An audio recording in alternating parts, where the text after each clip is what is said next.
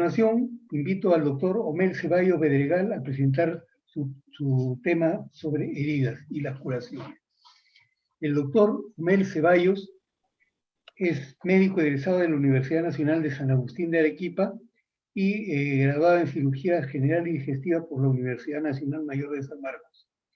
Es cirujano asistente del Hospital Rebagliati Martins y miembro de la Sociedad de Cirujanos Generales del Perú. Adelante, doctor Ceballos. Buenas noches, gracias por la invitación. Gracias, doctor. Voy a compartir mi pantalla.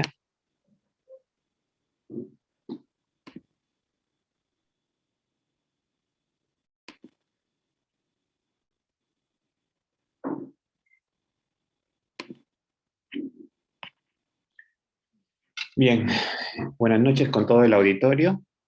Me han encargado que hablar sobre un tema que es el manejo de heridas. Cuando hablamos de heridas, a todo el mundo se viene a la cabeza que es la gasita con el agua oxigenada o el alcohol. Es más, es un tema que mucha gente de nosotros, de los médicos, no le gusta o no lo toman, no le da mucha importancia. Muchas veces, por ejemplo, si los clínicos tienen una herida, hacen consulta al cirujano para que les vea la herida.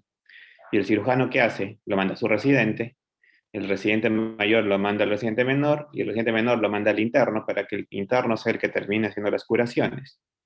Pero como vamos a ver que las heridas es un campo muy amplio y es un campo muy importante en la salud pública. Herida, ¿qué es herida? Hay muchas definiciones de herida. Se puede definir como una pérdida, solución de continuidad o un tejido de separación de las estructuras diferentes. Puede ser piel, puede ser fascia, músculo, hueso, tendones, vasos sanguíneos. También heridas son lugares por donde se ingresan catéteres o se hacen punciones en el cuerpo, perforando la piel y llegando a planos más profundos. Estas son mucho más riesgosas porque si es que no se ha desinfectado bien esa zona, se puede llevar un germen mucho más profundo y crear infecciones más fuertes. La Sociedad Mundial de Curación de Heridas la define a una herida como una disrupción de la estructura normal, anatómica y funcional, ¿no? No solamente es la anatomía, sino también se pierde la función de esa zona. Y todos que hemos tenido alguna herida, muchas veces no movemos por dolor de la herida hasta un pequeño corte en un dedo. Entonces, ¿por qué vemos que es tan importante las heridas? Se ha visto que, por ejemplo, una simple úlcera, bueno, no simple, pero una úlcera por presión, puede llegar a costar a un paciente $50.000 un tratamiento de una sola úlcera. El costo de las heridas crónicas en Estados Unidos puede llegar a los $25 billones por año. Se estima que 6.5 millones de pacientes nuevos con heridas crónicas hay en Estados Unidos. Por lo tanto, cuando tenemos un problema, la industria farmacéutica nos da la solución, muy conveniente, que este mercado de sus dispositivos puede llegar a costar $15 billones al año, fuera del manejo, que sería 12 billones. ¿Qué cosa es el manejo? La hospitalización, la mano de obra, la comida de los pacientes que van a estar hospitalizados por estas heridas. Entonces vemos que no es simplemente la gasa con el alcohol para curar una simple herida. Ahora, una vez que nos hacemos una herida, comienza el proceso de curación. Apenas se hace el corte, nuestro propio cuerpo empieza una curación, sin que nosotros tengamos que intervenir. Esta frase en latín, vis medicatrix natura, se la atribuyeron a Hipócrates, aunque últimamente dicen que no era de él. Nos habla que es el poder de un organismo vivo de reparar cualquier injuria o enfermedad por sí mismo. Entonces, en base a eso, desde ya tantos años, se ha visto que las heridas pueden curar solas o empezar a regenerar solas sin que nosotros tengamos que intervenir. Hay un proceso para curar estas heridas. Son 3 fases generalmente, hasta 4. La fase inflamatoria, la fase proliferativa, la fase de maduración, ¿no? O la fase de remodelación, que se llaman unos. La primera es la inflamatoria, que acá no está la primera fase, que sería la de hemostasia, aquí dan, ¿no? La primera, vemos la herida, hay una fase de hemostasia. La fase inflamatoria, ¿no? Cuando ya se forma se detiene el sangrado y se forma la costra. La fase de proliferación, donde ya se hace un coágulo más firme, por decirlo, y la fase de remodelado. Como vemos, son fases que se interponen una con otra. ¿Y cuánto puede durar todo? ¿No? La pemeostasia es inmediata, la inflamatoria puede durar hasta 24 horas, proliferación dice hasta los 5 días, remodelado, y eso es una pregunta que siempre le van a hacer a los pacientes a usted, doctor, ¿hasta cuándo voy a tener mi herida?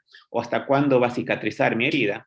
Y esto puede variar de persona a persona, pero se puede, el fase de remodelado para que termine de cicatrizar bien una herida puede ser desde 6 meses y hasta 2 años, dicen algunos. Entonces, si bien se cierra la piel, se sacan los puntos a los 10 días, la cicatrización va a continuar hasta 2 años.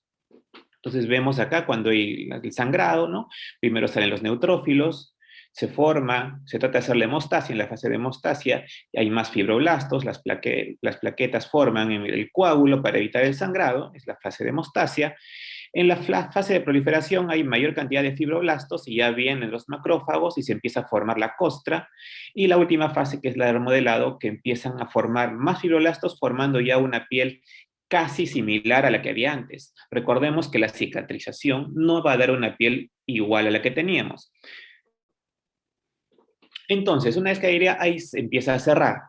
El cierre por primera intención, ¿cuál es? Es el que nosotros hacemos cuando llega un paciente que se ha hecho un corte en el tópico o es con el que nosotros hacemos los cirujanos cuando operamos. Hacemos una incisión, hacemos la cirugía y cerramos. Dejamos los bordes como los encontramos, con un hilo, con un adhesivo, con un pegamento. El cierre por segunda intención es cuando no lo hacemos, es cuando dejamos que la herida cierre sola. En el transcurso del tiempo va a empezar a cerrar, ya sea porque está infectada, porque hay mucho tejido desvitalizado, o un paciente vino muy tarde, ¿no? Sabemos que para que nosotros atendamos a un paciente en una herida son las 6 primeras horas. Después de las 6 primeras horas, esa herida está potencialmente infectada. Por lo tanto, nosotros no la cerramos. Entonces esperamos un cierre por segunda intención. Y el cierre por tercera intención es una combinación de ambos, por decirlo así. Es cuando tenemos una herida infectada o con bordes necróticos, la debridamos, la limpiamos, la vamos curando en el transcurso del tiempo y cuando vemos que está bien limpia, la intentamos cerrar. Nosotros hacemos una decolación, ponemos anestesia y nosotros la cerramos por tercera intención. ¿Qué tipos de heridas tenemos? Depende del tipo de injuria, ¿no? Puede ser injurias mecánicas, las abrasiones, ¿no? Cuando son las escoriaciones, cuando uno se raspa la piel. Los cortes, que son generalmente con objeto filo, son los que hacemos cuando hacemos una cirugía. Las laceraciones son las que hacen por desgarro. Un paciente viene porque se cae de la bicicleta, ahora que por la pandemia se usa tanto. Las heridas penetrantes, ¿no? Causadas por robos, asaltos, cuando un objeto puntiagudo te penetra la piel. Las mordidas, que pueden ser por humanos o animales, el daño depende mucho de quién está realizando esa mordida, y es una herida altamente contaminada. Otro tipo de herida que llaman las lágrimas cutáneas, que es cuando solamente se desprende el epidermis de la dermis, son las muy dolorosas por el mecanismo en el cual se ha hecho y queda las terminaciones nerviosas expuestas. Entonces, viendo este tipo de heridas, también vemos que hay heridas limpias contaminadas y heridas sucias. Las heridas limpias son casi todas las heridas que nosotros hacemos generalmente en cirugía. Se corta y se cierra, sin que hemos entrado a ningún al tracto digestivo ni al tracto urinario. Estas heridas tienen solamente un 1% de posibilidad de infección porque están totalmente limpias. Como ahorita el doctor Ilatom habló, por ejemplo, es un gran ejemplo de una herida limpia el operar una hernia, porque simplemente es superficial, no hemos entrado, no hemos abierto, no hemos sacado el apéndice, no hemos sacado la vesícula, no hemos hecho otro tipo de cirugía. Las heridas limpias contaminadas son cuando ya se transgrede una barrera conocida como contaminada. Por ejemplo, cuando sacamos una vesícula, hacemos una colistectomía, se abre la vía biliar, bueno, no la vía biliar, se abre el conducto cístico que tiene bilis, que puede estar o no contaminado, pero es una apertura controlada. Entonces, una herida limpia, contaminada. De ahí vienen las heridas contaminadas. Son aquellas donde se ha aperturado el tracto digestivo, el tracto urinario, pero sin controles, ¿no? Por ejemplo, acá vemos un accidente de automóvil, una herida de bala. Entonces, no son con una apertura controlada, pero no están tan sucias como las heridas sucias, donde se podría ver ya materiales de posiciones, es decir, cuando hay una peritonitis por una apendicitis o cuando ha sido una herida de bala, ha perforado el colon y hay heces en la cavidad. Esa es una herida totalmente sucia. Y tenemos las heridas por quemadura, que no es parte de este tema, pero que sabemos que son de 3 grados, primer grado que es más superficial, segundo grado y tercer grado que son las mucho más profundas, que también son heridas, ¿no? Bien, ¿cómo se manejan estas heridas? Guy de Chauliac es un cirujano francés que en 1585 dio los postulados de cómo se debería manejar las heridas. El primer objetivo, remover sustancias o cuerpos extraños de esta herida. El segundo es aproximar lo más que podamos los bordes. El tercer objetivo es preservar esos bordes juntos, que se queden juntos.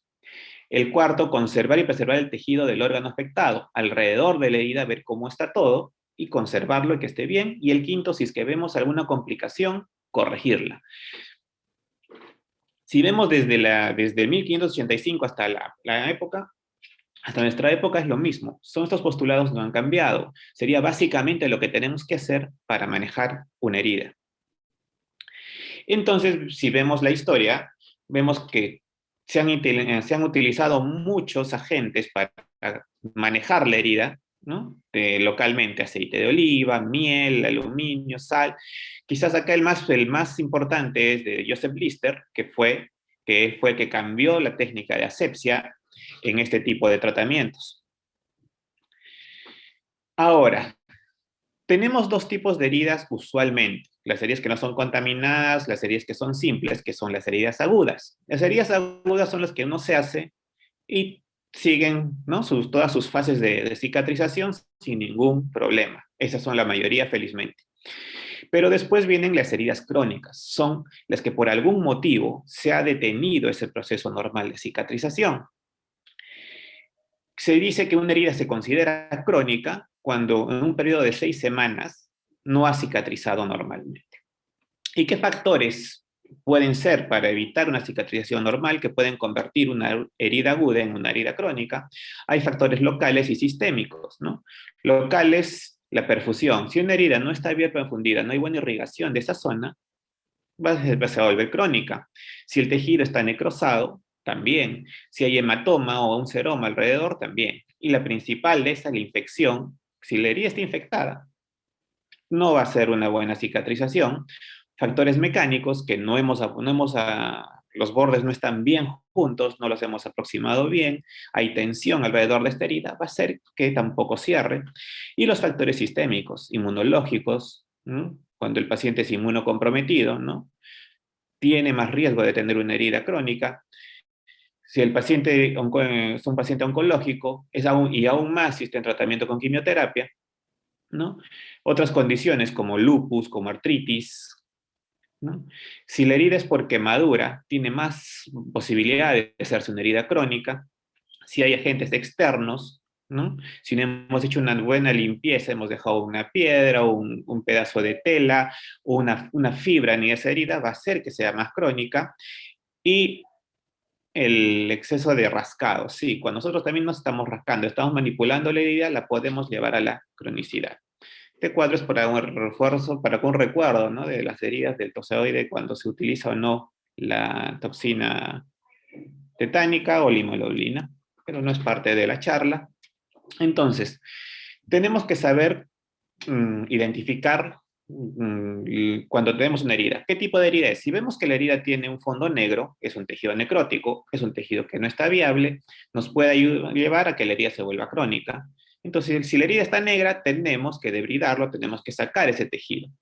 Si le vemos que la herida tiene algún tono verdoso o tiene mal olor, lo más probable es que esté infectada, tenemos que tomar acciones contra esa infección de la herida para ayudar a que cierre. Si la herida tiene un fondo amarillo, que es el esfacelo, si bien el esfacelo no es una infección, pero evita la cicatrización normal, tenemos que también limpiarla. Si la herida tiene un tejido de granulación rojo, tenemos que ver si este tejido de granulación ya está firme, no sangra cuando lo tocamos, está bien. Pero si es que cuando lo tocamos hay mucho dolor y sangra, ese tejido de granulación puede estar infectado y tenemos que tomar acciones. Entonces, ¿cómo manejamos las heridas? Ya sea aguda o sea crónica. La Sociedad Mundial de Curación de Heridas ha descrito esto, el TIME, por sus siglas en inglés. Tenemos que evaluar uno por uno para ver cómo vamos a hacer la curación de estas heridas. T, tejido, ¿no? ¿Cómo está el tejido? ¿Cómo está si es ulcerado o no es ulcerado? Si está bien o no. Infección, si hay infección, si vemos que puede estar colonizada, puede estar contaminada. Si hay mucho dolor, nos puede decir que está infectada. Si hay olores. Muestra es el exudado o la humedad en la herida. Entonces, si los exudados de qué color son, cuánto sale del exudado, de qué características, si tienen olor o no. Y de edge, de los bordes. ¿Cómo están estos bordes? ¿Están vitales? ¿No están vitales? ¿Están edematosos? ¿Están hinchados o no? Entonces, si vemos el time, nos va a hacer evaluar la herida y nos va a poder hacer tomar acciones hacia esta. Otra vez más el time. Entonces, por ejemplo, si una herida que nosotros hemos hecho una cirugía, ¿se puede aplicar el time? Sí, porque vemos la herida, cómo está el tejido, está bien, se ha cerrado, no hay infección porque ha sido una herida controlada, no hay exudado y los bordes están juntos, ¿no? Entonces el time nos ayuda. Heridas cerradas de bajo condición de asepsia no requieren curación. Una vez que le hemos dejado así a la herida, no se cura. Cuando se hace una cirugía, lo primero que los pacientes le van a preguntar al día siguiente, doctor, no me han curado la herida. Si la herida está así, no se tiene por qué curar, no necesita curación. Si viene un paciente atópico a emergencia o en su serum, ¿no? Que se ha caído, que le ha mordido un perro, algo, entonces vemos cómo está el tejido, time, ¿no? Si hay infectado, no está si es que hay carga bacteriana, si es que está colonizada, la lavamos, la limpiamos. ¿Hay exudado o no hay exudado? Y vemos cómo están esos bordes. Si se pueden afrontar o no, si es que es mordida no la afrontamos, si es que no es mordida vemos cómo está y se frena, ¿no? Se aplica el time. Pero cuando viene otra herida de este tipo, por ejemplo, que son pacientes que se han hecho una herida días antes y ahora vienen con bordes necróticos, también tenemos que aplicar el time, solo que ahora es más. Primero vemos la T, el tejido. ¿Cómo está el tejido? Si está necrótico, infectado. Entonces, ¿qué tenemos que hacer? Tenemos que hacer un debridamiento. Debridamiento es quitar todo lo malo, ya sea los bordes que están necrosados, o si es que vemos placas de bacterias, también quitarlas con el biofilm que vamos a ver en un momento. Hay muchos tipos de debridamiento de una herida. El más que conocemos todos es el quirúrgico. Ya sea lo hacemos con anestesia local en el tópico, si la herida es pequeña, o muchas veces tenemos que hacerlo en sala, porque son heridas grandes que van a causar mucho dolor para el paciente. Es remover todo ese tejido malo con bisturí, con electrobacteriólogo, con tijera. Pero también se puede hacer otro tipo de debridamiento, que es el mecánico. ¿Cuál es? El que dejamos una gasa sobre la herida y al sacar la gasa como es media áspera, saca todo el tejido que está mal y se hace una debridación. Hay en la industria, como hemos visto, muchos aditamentos, ¿no? Para hacer debridamiento autolíticos y enzimáticos. Son costosos, pero tienen algunas ventajas, ¿no? No necesitas llevar al paciente a sala, el paciente no usa anestesia, simplemente es como una curación, le dejas el dispositivo, puede ser un gel, puede ser una crema, puede ser una gasa, puede ser una espuma. El paciente no siente dolor, a los 2 o 3 días tú destapas la herida y está debridada, ¿no? Y bueno, la biológico creo que todo el mundo ha visto en la tele que les ponen larvas en las heridas, particularmente yo nunca lo he visto, pero se hace debridación con larvas. Como les he hablado de algunos debridación enzimática o autolítica, vamos viendo que ya hay dos tipos de curaciones. La tradicional, que es la que normalmente hacíamos antes, que se realiza en un ambiente seco, que solamente utiliza la gasa, ¿no? Un apósito pasivo que se pone sobre la herida. Y actualmente lo que se hace es la curación de avanzada. La curación de avanzada es la que se realiza en un ambiente húmedo, fisiológico, que utiliza ya apósitos que son de tipo activo, que mantienen el ambiente húmedo, ¿no? Y se ha demostrado que este tipo de curación, este ambiente húmedo, es más propicio para una buena cicatrización, más aún en las heridas crónicas. Entonces, se tendría que optar por hacer una curación de avanzada. Claro que en nuestro medio, no todos nuestros hospitales cuentan con todos los medios para poder hacerlo.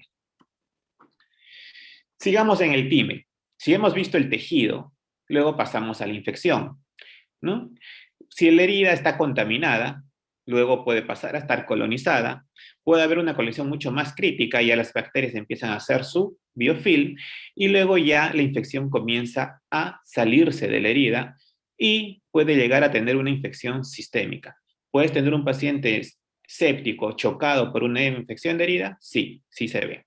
Entonces, ¿cómo nos damos cuenta si es que esta herida está causando ya una infección? Tenemos que la clínica manda, el paciente está mal, con malestar, está anoréxico, tiene fiebre, escalofríos, ¿no?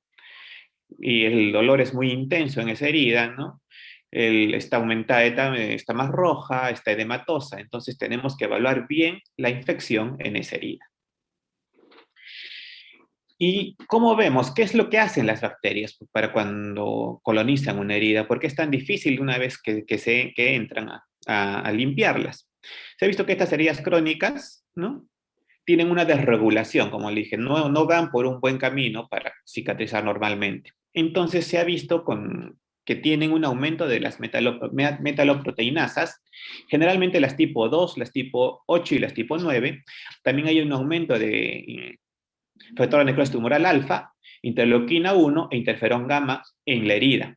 Y esto es porque estas bacterias hacen que los neutrófilos no actúen de manera correcta, haciendo que la herida no cicatrice bien.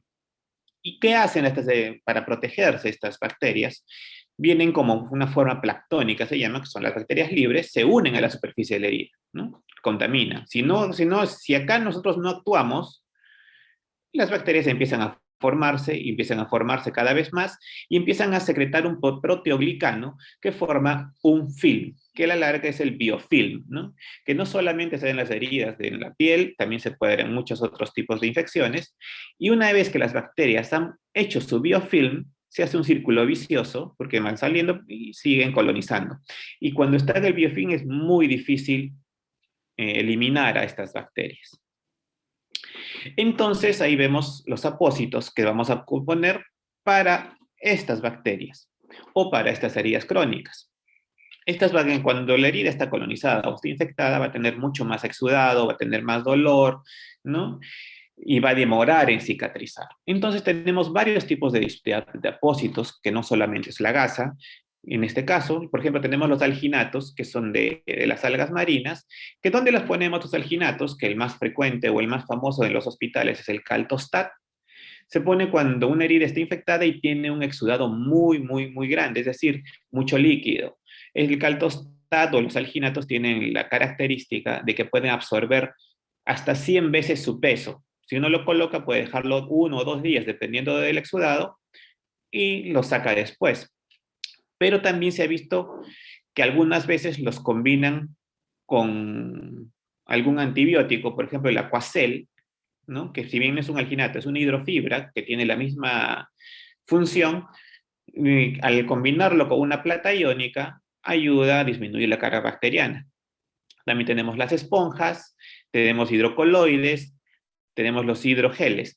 Los hidrocoloides, quizás los que han pasado por el hospital, lo han visto, el famoso Duoder, que son los parches amarillos, que si bien no se deben usar cuando hay mucho exudado, se ponen cuando la herida demora en cicatrizar, reducen el dolor, ¿no? Son altamente oclusivos, se acoplan muy bien a la herida, la cubren y evitan que se colonice por bacterias y contaminantes.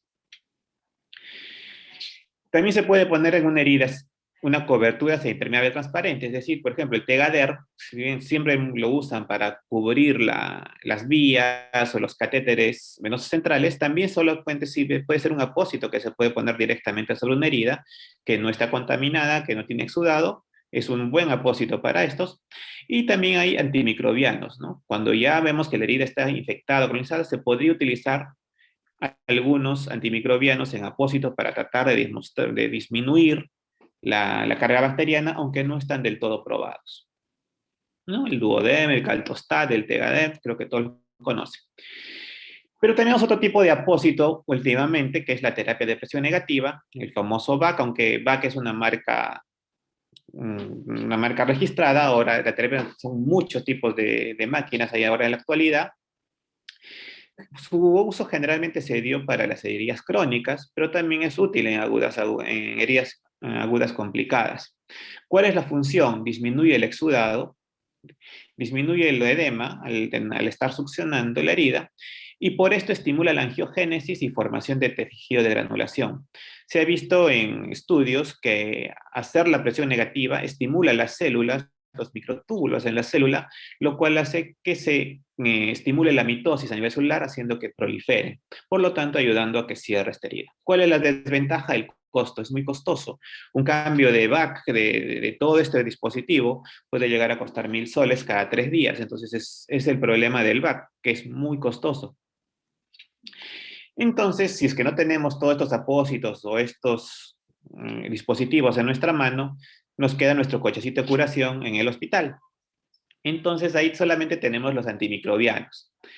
Muchas veces tenemos la plata iónica, como les dije hace un momento, que viene con el Aquacel. Se ha visto que la plata iónica sí ayuda, ¿no? Porque interfiere con el transporte de electrones, causando disrupción de esta membrana. Se puede utilizar. El Isodine, que muchas veces lo utilizamos, se ha visto que tiene buena acción con el Staphylococcus aureus, si está contaminado, pero ¿cuál es el problema de usar yodo? Que daña el tejido del herido. Si bien las nuevas células que se están formando también son dañadas por este yodo. Algo que también tenemos en los hospitales, la clorhexidina, lastimosamente no se ha demostrado que tenga eficacia para limpiar las heridas. Muchas veces la hemos utilizado, pero ya se ha demostrado que la clorhexidina, al entrar en contacto con las secreciones, ya sea el exudado o la sangre, pierde su función antimicrobiana. La miel, en el cuadro que les puse de la historia, la usaban la miel. Pero sí, la miel se ha visto que tiene el metilgloxal, que tiene cierta acción microbiana. Por lo tanto, ahora ya hay mieles que venden de tipo médico, ¿no? Para poder utilizarla en las heridas. Pero bien, ya la hemos visto los bordes, hemos tratado la herida, la hemos deridado, la hemos tapado con un buen apósito, pero vemos la otra parte de la herida, cómo manejamos el dolor. Creo que es al paciente lo que más le va a molestar el dolor. Son dos tipos de manejo, ¿no? El primero, donde no usamos medicamentos y con medicamentos. El primero, el psicosocial. Se ha visto que si tenemos el paciente hay que hablarle, hay que relajarlo para poder hacer las curaciones, para poder que el paciente se sienta menos tenso, para que haya menos dolor en el momento de la curación, y qué medidas no farmacológicas podemos utilizar, ¿no? Tratar de evitar de poner unas gasas. Las gasas pueden hacer doler si es que lo amerita. Utilizar siempre para la curación, tratar de utilizar agua tibia, no agua fría, ¿no? Podemos utilizar, ¿no? Comprimir bien la zona de la herida para evitar el dolor, que tampoco la herida esté a la intemperie, porque con el frío puede doler más. Y la terapia con fármacos, el primer paso siempre damos no opioides, es decir, un AINE. Si podemos integrar un celecoxib, un naproxeno. Si con eso no es suficiente, pasamos a un opioide medio, por ejemplo, un tramadol. Y si a pesar de esto el paciente persiste con el dolor, ya pasamos a opioides un poco más fuertes, como la petidina, y por qué no, se puede llegar incluso hasta usar morfina. Como medios locales, ya sabemos que para hacer la curación podemos utilizar la lidocaína o cualquiera, o lidocaína, o bupivacaína, perdón, ¿no? No se debe usar los AINES tópicos en la herida porque no tienen ningún beneficio. Nuevas terapias. Sí, siguen saliendo terapias para la curación de heridas. Se ha visto que ahora hay biológicos, ¿no? Apósitos biológicos temporales. La membrana amniótica se utiliza bastante, hay muchos estudios, si los buscan en la literatura. Hay injertos de intestino porcino, incluso de cadáveres, injertos para poner temporalmente. Pero también hay apósitos biológicos permanentes que están en investigación, aún no hay en estos medios, porque recién están investigándolos, ¿no? De matriz de colágeno bovino, como vemos acá, piel cadavérica, cultivo de células epidérmicas, ¿no? También se está utilizando terapias con factores de crecimiento, ¿no? La terapia derivada del factor de crecimiento de las plaquetas, se ha visto que la pones en la herida. Hay estudios discordantes, pero algunos dicen que sí tienen buenos resultados. Factor estimulante de colas de granulocitos y macrófagos también. Factor de crecimiento de queratinocitos también. Se está utilizando terapia con células madres y terapia génica con el uso de vectores. Entonces, en resumen, si tenemos una herida con una etiología, tenemos que ver una herida aguda, tenemos que ver si está cerrada, si la podemos cerrar, si, como les dije en ese momento, no necesita curación, ¿no? Si está, como está cerrada, ¿qué tipo de apósito le vamos a poner? Si es que el paciente a veces te pide un apósito, le puedes poner solamente una gasa. Pero si es que el paciente no te pide y la herida no tiene secreciones, no necesita nada. Si tenemos una herida abierta, ¿no? Tenemos que ver si está sucia y su etiología, si es que viene de la calle, ha sido una mordida, ¿no? Si no está sucia, no tiene esta etiología, podemos esperar que cure por segunda intención, ¿no? Pero si tiene estas características, hay que libarla, aplicamos el time, hacemos la debridación, ¿no? Vemos que no está infectada. Y pasa a curación por segunda intención, ¿no? Vemos qué tipo de herida es, ¿no? Seguimos evaluándola, si hay infecciones, si hay laceraciones, si tiene tejido necrótico, no. Si no, se puede poner simplemente un hidrocoloide y esperar que cicatrice. Pero si es que vemos que tiene alguna de estas características, ya tenemos que hacer, ¿no? Se tiene que poner algún antiséptico, algún apósito que absorbe el edema, terapia de presión negativa, lo que tengamos a la mano. Entonces, la mayoría de ustedes va a ver, tanto en su internado o en el SERUM, o en la práctica con médicos generales, ¿no? Las heridas agudas, que es lo que van a ver. Ya saben, si es que la herida está limpia, no es necesaria curación. Si la van a limpiar, incluso no es necesario que sea con un líquido estéril, puede ser con agua simple, ¿no? No utilizar detergentes para curarla, para limpiarla, ¿no? No tienes que cerrarla con apósitos muy caros, simplemente podrías utilizar una gasa. Y no, entonces, pero si tenemos una herida un poco más complicada, no nos olvidemos del time, ¿no? Para el control de la herida, ver cómo está, ver la infección, ver el exudado y ver cómo están estos bordes. Creo que es todo. Muchas gracias.